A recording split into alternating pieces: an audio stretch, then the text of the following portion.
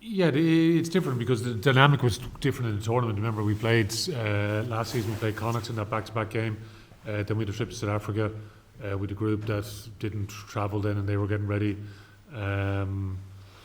We hadn't qualified, as top seeds at that point either during that South Africa trip. So we were sort of battling our way through that trip. So it's different on a number of fronts. Yeah. So it's.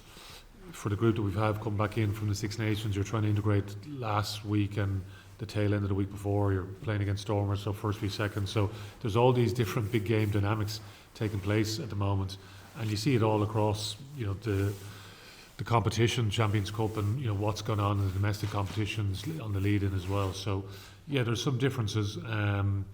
Leicester they're Premiership champions now, so that's a big difference. Where they were sort of feeling their way back in at that point, I think. They've been in really good form. The difference, I think, with the tens, and how they play with Pollard versus George Ford hasn't changed that dramatically. They still play a very strong kicking-based game, based on strong fundamentals like Leicester would be renowned for over the last X amount of years, long time. So that's important. We need to understand that. So. And they're still a very proud club, and I suppose they've got the taste for success. I think as I said, they're coming as English Premiership champions now.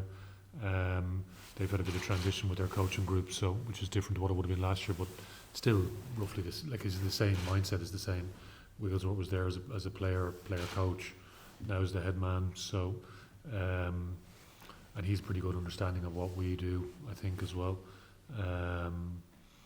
So yeah, it's a great challenge. It's an amazing tournament. You see the quarterfinals. I guess it's a real privilege to be here. Isn't it? It's and that's the way we feel probably at the moment. Is it's sort of trying to enjoy the fact that we're here, trying to prepare as best we possibly can, even though it's a relatively short week. The game comes around so quickly. It's strange even because it's a Thursday, Friday game. It's a great occasion here, as we talked about here on Saturday night, to have 52,000. The dynamic is different with the way the stadium is going to be laid out this weekend because of Easter weekend and all the rest. So, but it's the guys have been trying to enjoy themselves this week in a short week, but understand the magnitude of the occasion as well.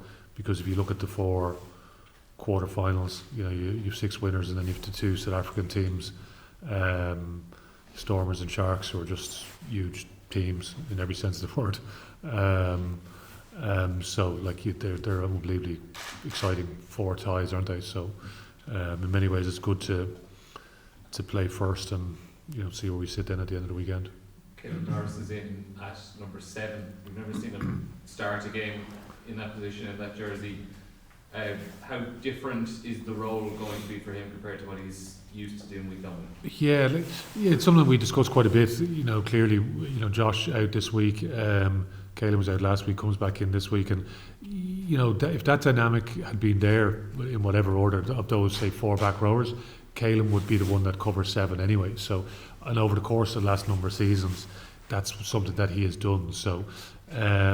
Yeah, definitely. With Scott there as well. So, you think of the relationship of those 4 back rowers, Ryan, Baird, and Jack Conan, thought played really well last week, and that was the feeling. And Scott's is outstanding as well. Has been outstanding for us all season. But Caelan has also brought something very unique, I think, throughout the last couple of seasons, really, hasn't he? This year in the Six Nations, I thought he was exceptional all across the board. So. Having Scott there, at least it gives us the option to change that. If there is the need, Jack Conan and Caelan obviously play together in that 6 and 8 role as well. Plenty of commentary about that. So, we feel, particularly with the physical challenge that Leicester will pose as well, I think it'll be good for us. So, but we're blessed. We've got some guys there. Caelan's performing world class level, isn't he? So, we're excited to see how these guys go. Leo, with a vote of confidence there in John McKee, with Tracy gone, with Kelleher out of the moment, is the next man standing, and does he bring different special qualities?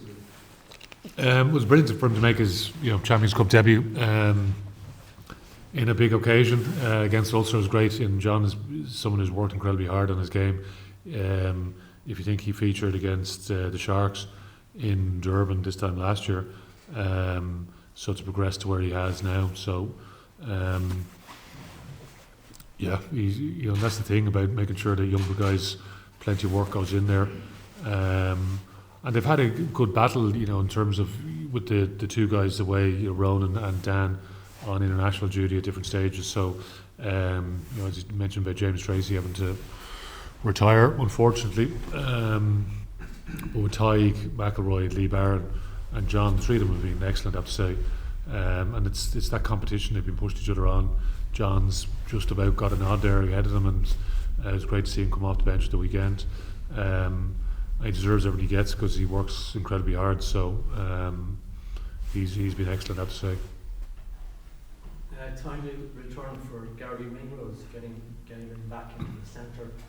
How important could that be going forward?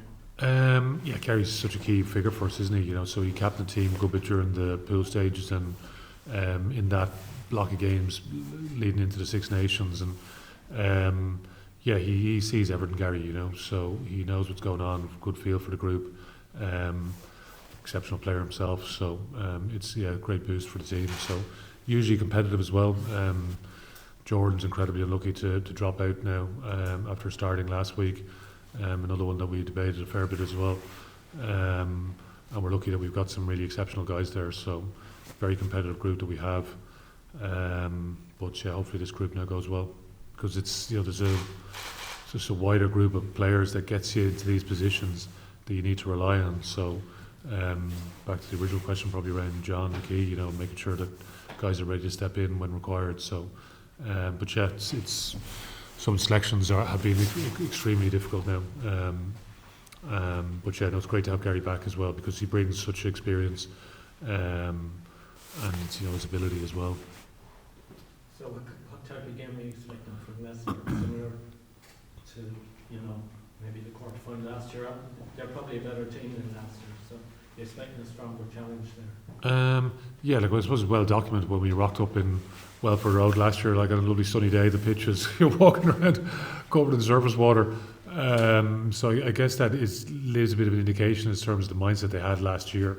Whether that mindset's the same, to a point it is, yeah, definitely. So they still go with that aerial game, try to base their game around strong set piece, contact area.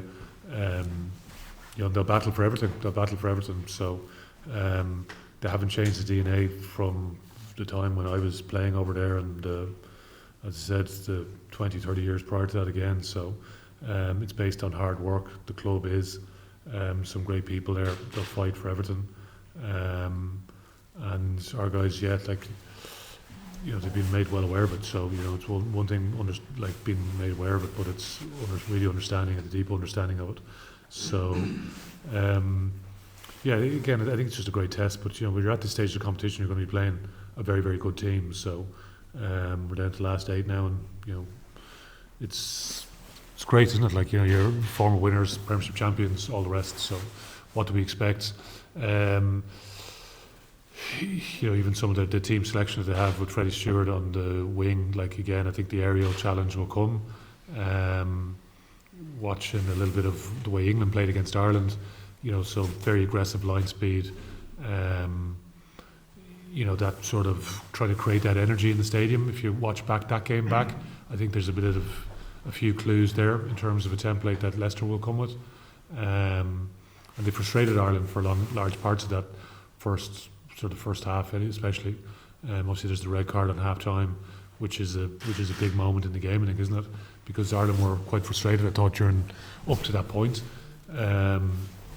So I think we need to definitely take some lessons from that game, because I think there's definite similarities between Steve Borthwick coached England versus the Leicester Tigers team that we see at the moment. So because it's a lot of his footprint on the team, isn't it? So it's it's a good challenge for us. Yeah.